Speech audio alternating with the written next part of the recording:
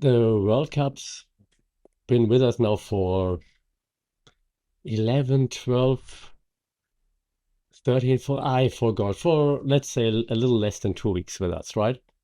I think 2 weeks tomorrow. And of course, we're all in World Cup mood. Yeah, I mean, look at me wearing my jersey.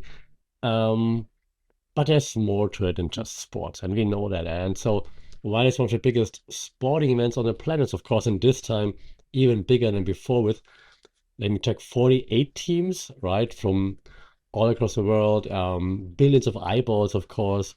And it only happens every 4 years. So, of course, it's one of the biggest sporting events on the planet. Now, with even more people participating, where we share values, cultures. At least that's what FIFA pretends it's all about. So, in this podcast, now we're going to do the good, the bad, the ugly in regards to, of course, media and communications points of view. Um, And it's not about the games themselves, right? Because, well, the good is real. There is a real good exchange happening. And we see it on our social media the whole time, which is awesome. The bad is probably something more structural, right? The ugly part is then, of course, the money, the sponsors, and so on, because I mean it's all about money, but no one really wants you to know that. And a quick framing before we start, right? The World Cup is not just a sports event. It's one of the biggest, most sophisticated communications operations on the planet by one of the biggest communications companies on the planet, the FIFA. So the FIFA is, of course, the body for football, but their business very much relies on how are they communicating what they're doing. So understanding the World Cup through a lens that puts that communication point of view on it, yeah, helps us understand and maybe change our point of views a little bit to see why are those things actually happening that are happening. So that's the plan for today. That's it for the Funky Pod this week, and we're jumping right in.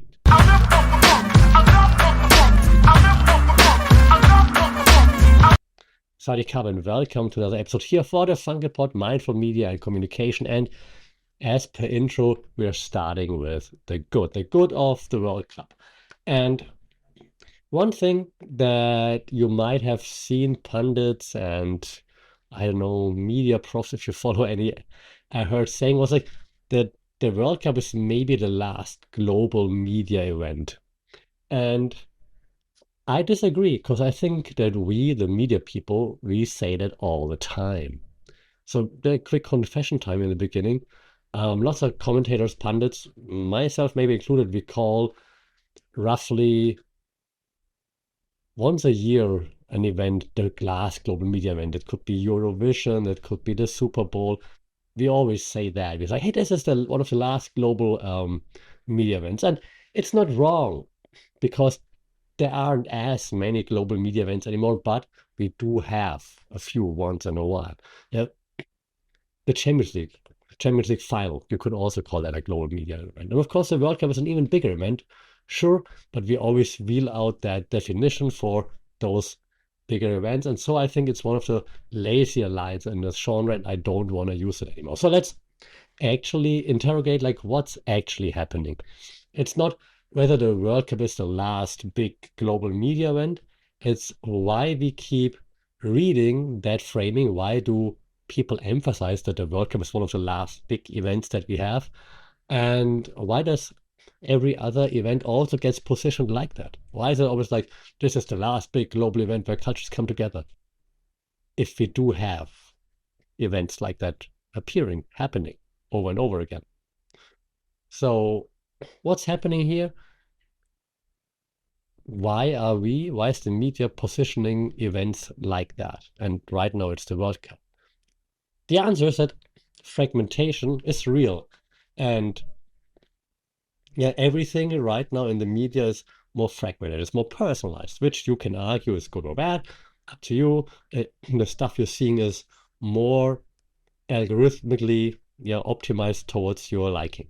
Okay, we know that. But then on the other hand, there's like nostalgia to feel like back in the day, to share something with others. And this only happens with those global events. Okay. So while you, of course, cheer for different countries, different clubs, you still appreciate the event for what it is. So the nostalgia for shared moments, for shared attention is there, it's real. And the media commentators, they're not immune to that, right? Because they also want that. And so if media commentators, such as myself, for example, we're feeling like, wow, finally we're coming together and we're watching, we're consuming things at the same time, we might be a bit nostalgic and be like, this barely ever happens anymore. While, of course, we do have events, again, Eurovision, Champions League final, whatever that might be, but not as much as before. And it feels less because, well, we consume personalized content 24/7 all the time. So that's why it feels so special when there's content that everybody's watching. Yeah, I'm wearing my Germany jersey right now, but I did check out, of course, highlights from the Curaçao versus whatever game from England struggling against Ghana. We know about that, and things like that. Yeah, so we all sharing, participating in this global event. So now every time you're saying like this is the last big global event, you're kind of like expressing genuine anxiety about the death of the shared spectacle. You know the term by now after listening to my podcast, right?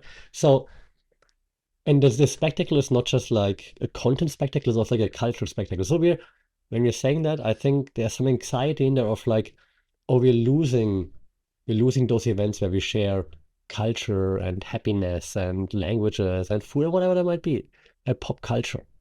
And so I think that's why this positioning happens. Well, it's not because it's something negative, but it's because people, audiences, commentators, we're all missing.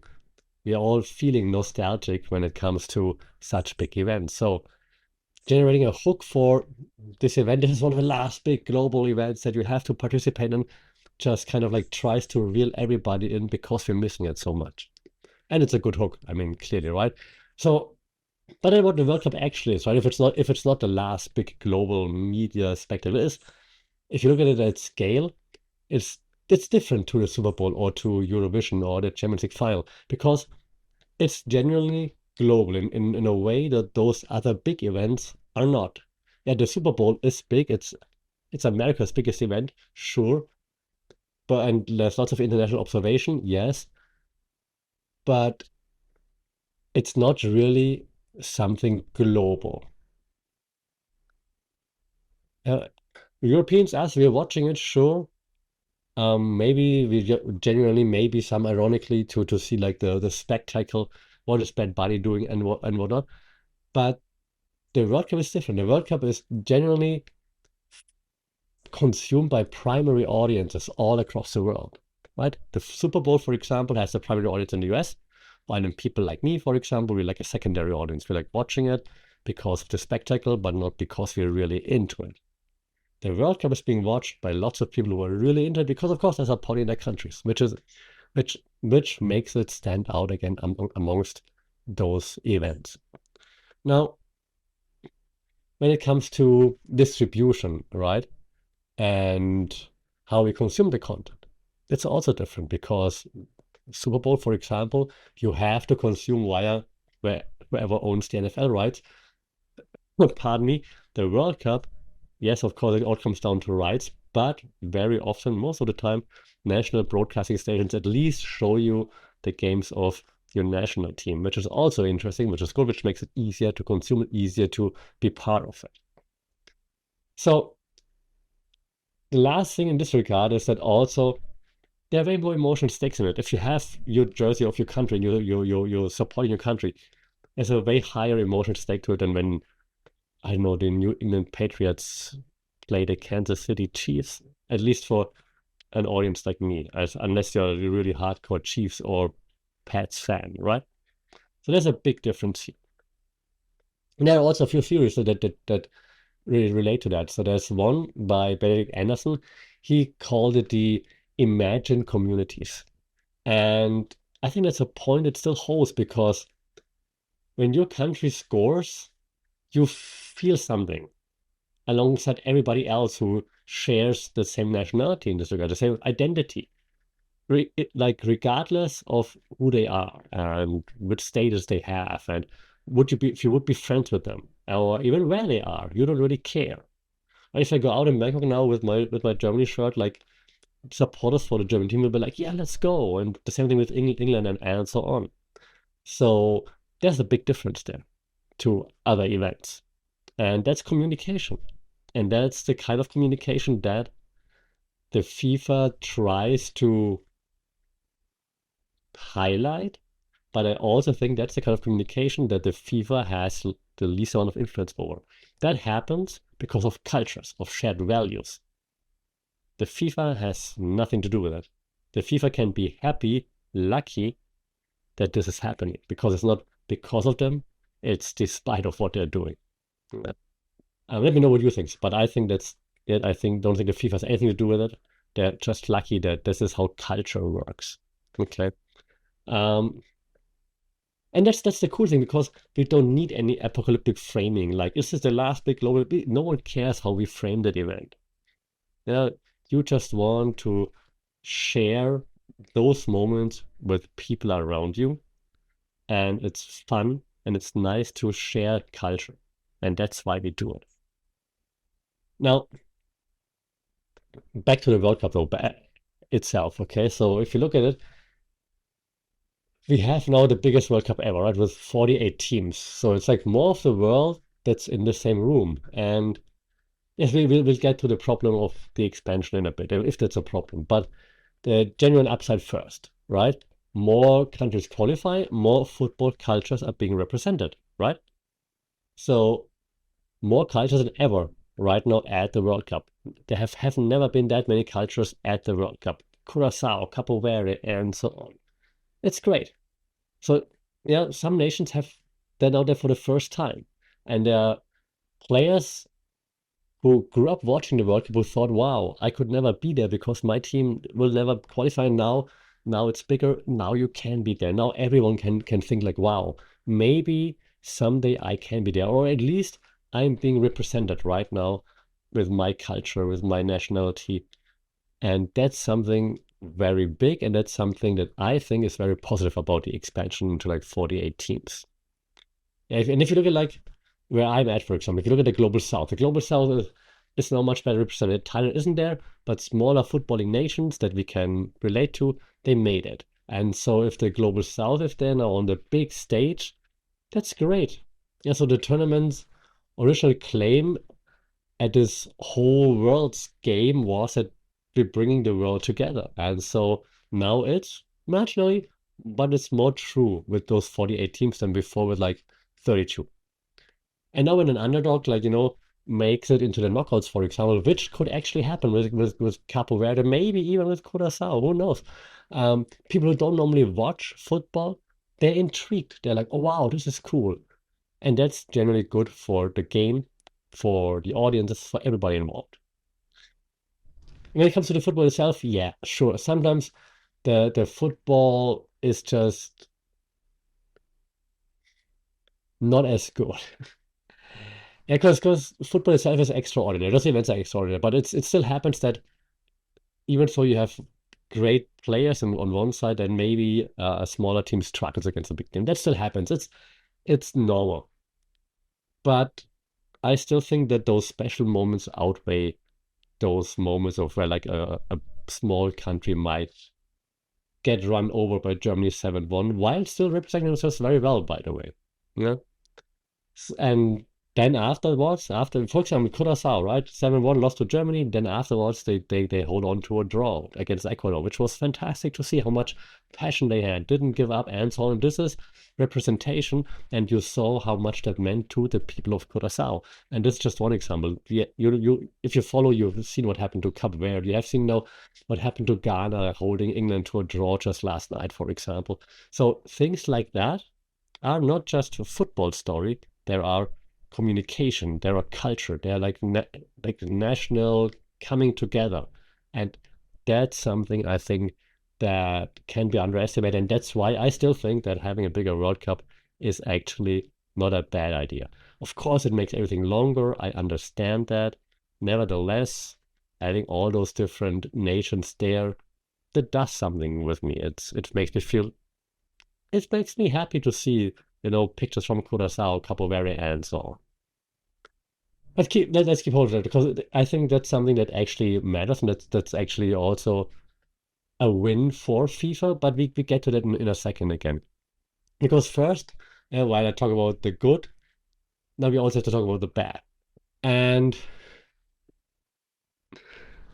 I mean, the first bad thing is that the US is hosting this.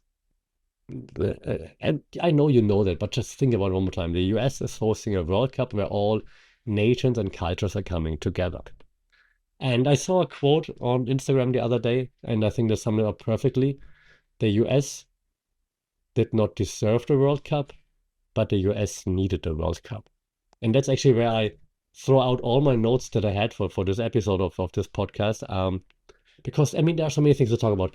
That the US are under an administration that you can argue with. I mean, you're looking at the administration. It's not a political podcast, but you're not happy. Nobody's happy with what they're doing in Iran. And you name it, how they treat Iranian players, for example, also at the World Cup. They play their games and they have to go back to Tijuana because they can't stay in the US. They didn't let different like referees in and players were held in detention.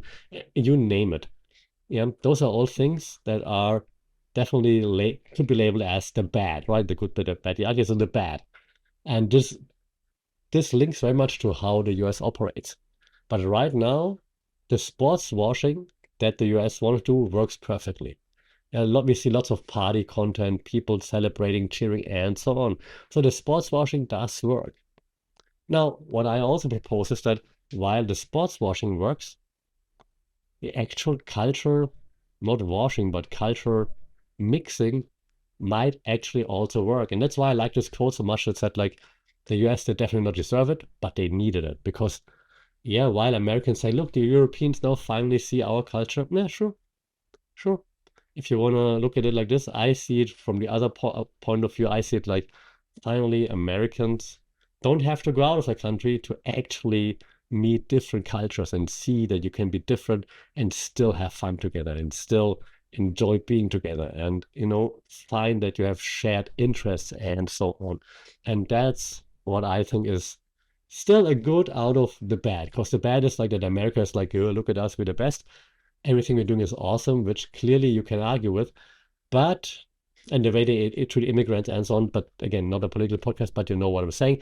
Nevertheless, I still think that there is a positive outcome there.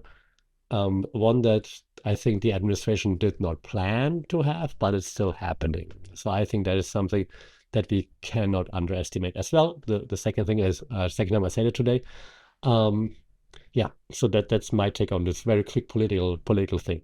Um, Also, I mean, you have with 48 teams, it means you have lots of players, coaches, staff, and hundreds of thousands of fans traveling to that country and the other hosts like Mexico and Canada as well.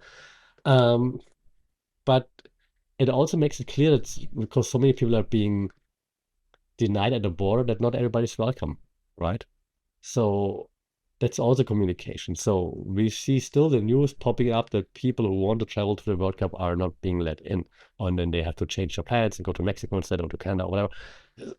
It's also communication, right? You're like, hey, you have a ticket, you got the visa before, but now we're still not letting you in, for example. The visa situation, by the way, by itself probably needs a whole extra episode, like what that communicates from a country's point of view. Like if we're making it so hard to get visas, or first you get a visa, but then you still don't come in because we decided while you were in the area we don't want you, or things like that.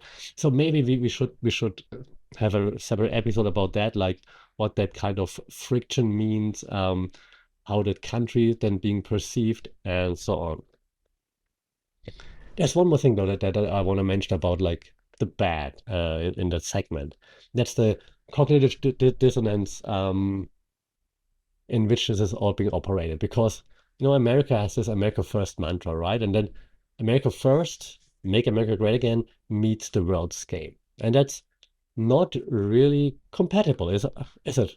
Right? Those slogans don't really mesh, and yet here we are um, watching the FIFA World Cup and watching FIFA and the US Soccer Federation and Gianni Infantino pulling strings, um, trying to frame it as the same game without that frame breaking. And that is very difficult because It just does not match together.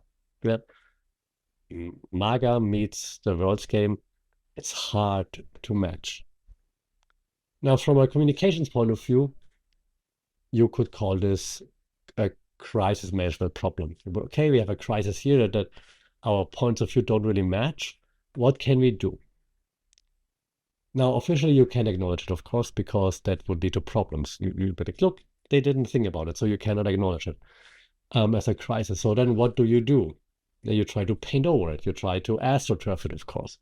And that's what's happening, what I mentioned earlier, the sports washing. So you try to push all those positive narratives, how Boston's been taken over by the Tartan Army, which was amazing, of course, and it's just so lucky for the US that things like this are actually happening. Yeah, so you try to astroturf over it. And I'm still coming back to the 48 team expansion here and there because I also think that it's a product of, it's a decision-making process because you want to see more inclusive.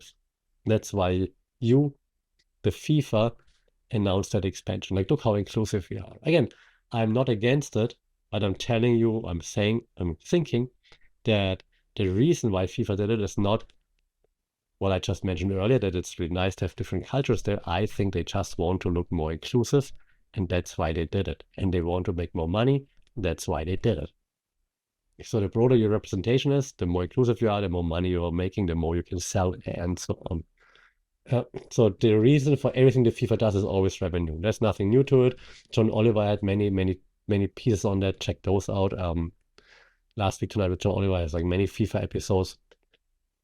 So more matches means more money. That's also why they have those insane hydration breaks, because you can sell more advertisement in between. Now we make football being 4 quarters, and in every break we have advertisement. So everything the FIFA done is money. Does it's about money. Nothing new. We know that. Just let's not be fooled by the happiness that we feel when we see different cultures, because we know why they did it. Now, this group stage quality could also be an argument, right? Like the quality in the group stage is maybe diluted now because there are weaker teams. So we have more matches, more opponents, but weaker teams. So there are more games that function as a filler rather than like highlights or other competitive football. That's something I would have thought before as well. But now seeing, for example, how Curaçao bounced back from the 7-1 defeat and then held on to a draw, I could be convinced otherwise. Nevertheless, we do see teams like Tunisia, like Saudi Arabia, like not standing much of a chance in their groups. But that always happened, right? So personally, I would still think that the good outweighs the bad. Maybe it's because I'm naively positive. But there are arguments to be made that this delusion of the quality of the games, of course, impacts football, and it's only been made to sell more money, sell more advertising, and increase the revenue. And this is now something that, yeah, where I bring in some more theories again, because I think, and if you listen to my previous podcast, you know the term, and if you listen to other media scholars like Cory Doctorow, for example, you know that too. That's where gentrification enters football. Because did you remember gentrification, what Cory Doctorow proposed? He said, your first platforms, they build something to give value to the audience, but eventually there's saturation. They don't know how to give more value to the audience, and they don't want to give more value to the audience because they just focus on making money. So then the platform's not growing anymore. So they try to squeeze out any kind of money value they can get from the audience. So that's gentrification in a nutshell, okay? And we can see this in football as well right now. I think the FIFA's at a point where they don't know how to naturally keep growing. And so now they try to find a few, screws to change in order to make more money, to squeeze more out of football, out of the audience. And making the event bigger is one thing. Let's see what else they will come up with in the future, because I mean, you can't just blow it up to 64 teams eventually. I mean, you could, but I think that might be where fans might draw the line. Okay. Um, what else? Oh yeah, the media rights, right? So we talk about the ugly as well. So media rights fragmentation is also very interesting because, as you probably know, when you're trying to watch the World Championships, you need to have lots of subscriptions to watch everything. So I'm from Germany. I'm in Thailand. So in Thailand, there's a channel called Mono Max that shows all the events live. So you need a subscription for this, but if you don't watch it live, there are no replays on it, as far as I understand that. Hmm. And then being from Germany, of course, we have like lots of the games on free TV, which I cannot access here unless I would use a VPN, but I would never do that, of course. Hello, Germany. Um, but if you want to see all the games, you also need a subscription to Magenta TV, for example. It's like the TV channel from the German telecommunications provider. And that's the same thing in other countries as well, right? So of course there are some matches on free TV, but if you want to see all of them, you need like different subscriptions. And that's what we call fragmentation. And the World Cup used to be this one big global happiness event where we all watch everything on TV all the time and everybody had access to it. You watched it with friends, you met, I don't know, in bars and restaurants and so on. Now the right situation in 2026 is completely different. It's a patchwork, right? You need like so many subscriptions for everything. And that means that there's no single person that can watch everything with just one subscription, and which is kind of sad, understandable from an economic point of view. You want to make as much money as possible. And this whole fragmentation, though, is not just, oh, it just happened. It's on purpose, right? It's not an accident. It's like if you split the market, you force people into buying more, of course. And that's what the media rights is just all about, right? You want to make more money. So FIFA gets more because they can sell rights to different platforms, not just to one. So you have a streaming platform, you have a TV platform, and so on. Now, what that leads to. And back to the beginning, the World Cup as the last global media event. Now you see that's already more complicated because if I need 17 different subscriptions, it's not a global event. I mean, it's global, but it's not like an inclusive event. Yeah. So I would suggest that while we all kind of consume World Cup content somehow, probably watching less full games than in previous editions, 10, 15 years ago, 20 years ago. And so back then, old man yelling at cloud, back then, you would also run the TV and watch as many games as possible. Now you probably just watch the game that really interests you, and the rest you're catching on social media and highlights and short clips because you don't have the right subscription. Now, you can argue this is just the way the media goes, sure, but I mean, the FIFA has the power to say yes or no to everything. They don't have to sell the rights to 17 different platforms. They choose to do that. But the same thing happens, of course, with the Bundesliga, with Premier League, with the NFL, the NBA, and so on. So the FIFA are not the only ones doing that. You would think the world's game wouldn't try to completely maximize for money all the time, but of course it does. Okay, let's come now finally to the ugly. And I didn't want to just pick out one, but I mean, Saudi Aramco is one of the sponsors, for example. So let's talk about sponsors. Yeah, so official sponsor of the FIFA World Cup include, and now let me look at my notes, Saudi Aramco, and which is the Saudi state oil company, of course, one of the biggest producer of fossil fuels on earth. Great sponsor. Why do they do it? Sports washing against, of course, right? Of course, they wanna be one of the sponsors here. Sports washing is something that the lots of companies from Saudi Arabia or the country itself have been doing for a while. The US is doing it right now as well. They're using high-profile sporting events to make like people think, hey, look at us. We're awesome. We're nice. We're having this event. Our regime can't be that bad because look at what we're doing. So Saudi Arabia has been running those sports washing campaigns for a long time now. They had Live Golf, they Newcastle United, Formula One teams, the 2034 World Cup bid, and now also this. So the communication strategy here is pretty transparent. Associate yourself with things that are fun, entertainment, that generates positive talking points, so that people think that you are a good entity. Easy, right? That's why there's always Gianni Infantino, and you always see Ronaldo sitting right behind him, because yeah, we all hate Gianni Infantino, but hey, look, Ronaldo is nice. We all love Ronaldo. So the uncomfortable question here, if FIFA knows all those things, right? And the broadcasters know all those things, and the sponsors know all those things, and most federations know all those things. Everybody knows it, but the check's still clear. Why? Why does it work if we all know what they're doing? And that's a question for you. Like, why are we still okay with it? And 2034 gonna go to Saudi Arabia, and then that's already decided. That's a preview for you. So yeah, why does it still work? We all know it's happening, and we let it happen. Now, when we go to like FIFA's governance in this regard and the corruption that did not stop, it just got quieter. Um, because you remember like 10 years ago, there were lots of news about bribery and like with Sepp Blatter back in the day, the old president of FIFA. But now it's Gianni Infantino. It's all just much more quieter. So he's better at not communicating it. We all know, suspect, allegedly, that there's still bribery happening, who hosts World Cups and who gets the bid and all those things. But it's being way less discussed than before. FIFA, I don't think that they changed that much, because it works. Why would they? So how FIFA governance is really happening, we don't really know. And they don't want us to know. They don't want to be transparent in this regard. They had enough problems with like getting rid of the Sepp Blatter problem back in the day.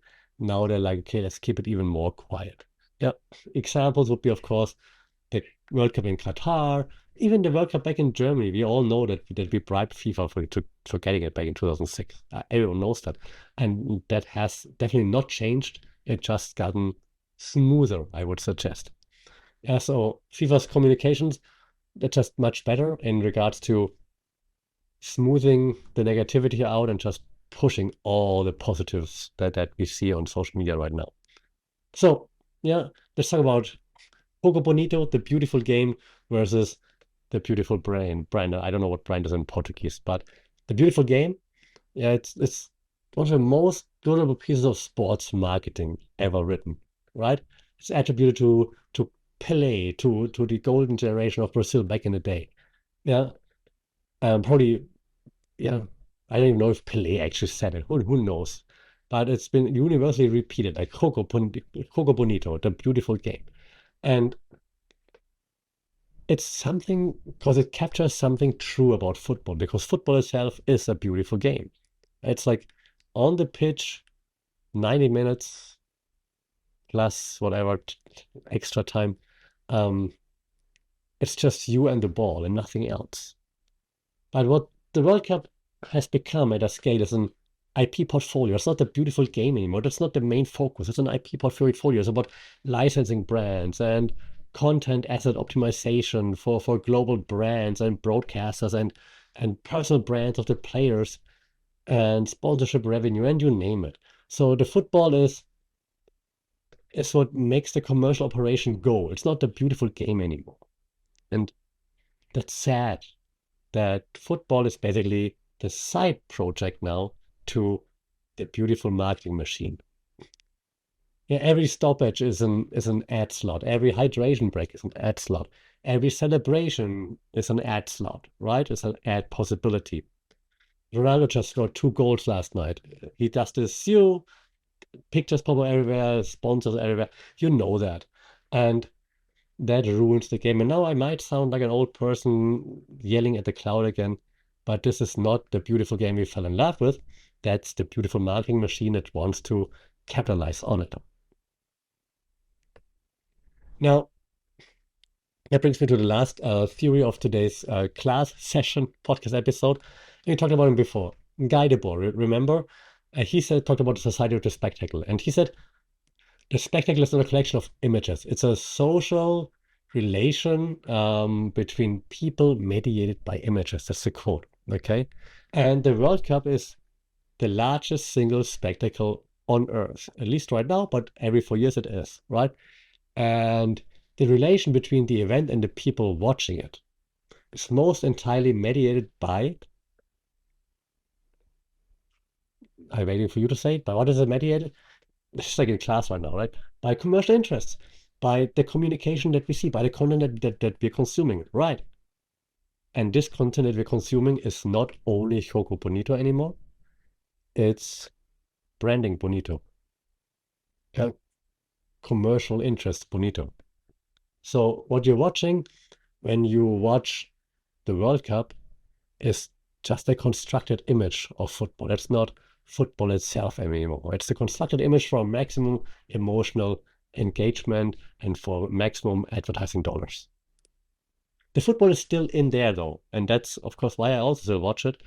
It just kind of requires looking past quite a lot of other distractions to just see that beautiful game itself. So to wrap things up, right? The World Cup is the clearest example of that I know of a thing that's genuinely great and structurally also compromised at exactly the same time. Yeah, both things that I mentioned today, they are fully true. Bonito branding, right? Neither cancels the other out. It's both there, but it's still crazy to see how one is taking over the other, and you know exactly what I mean by that. And as a communications object, it's almost incomprehensibly sophisticated. It's a machine for generating global emotions. It has been like perfect and optimized over decades, and it operates at scale like nothing else. Yeah, FIFA is like the biggest machine that does that. And we know that because whenever FIFA comes somewhere, the gentrification machine also runs right away, right? There's no ugliness everywhere. They go into the favelas in Brazil back in the day, for example, and try to clean everything up just for the time being there. So what I keep coming back to is, why do people actually love football? Why are people getting up at 3 a.m. this Saturday again to watch Germany? So because their team's playing. What makes them come back to it? Like the ones that are sitting on a bar floor in a city where they don't speak the language, but everyone's cheering the same team. What is it? What is it that keeps the spirit of the beautiful game alive? Yeah, we're watching that IP portfolio out there, but we're still cheering because we found what's inside the spectacle. We have the ability, by we I mean like football fans, to look past the spectacle and still see the real in it. And I think that is getting harder and harder and harder. And the trick is maybe asking the question of how much longer the thing inside the spectacle can really survive. Yeah. So the trick is to look past all the spectacle and see the real thing, the beautiful game. But I think with all the spectacle around it, it makes it harder and harder and harder and harder. And eventually, it might be too hard to dig through and see the beautiful game. And once it's only spectacle, and I think Americanization of the event is doing its part, but once we only see the spectacle and it's almost impossible to dig through to see the beautiful game, then we're at a point where the fans might start turning. Let me know what you think. Until then, don't forget to cheer for the right team. We talk soon. Until then, stay safe, take care. Salut.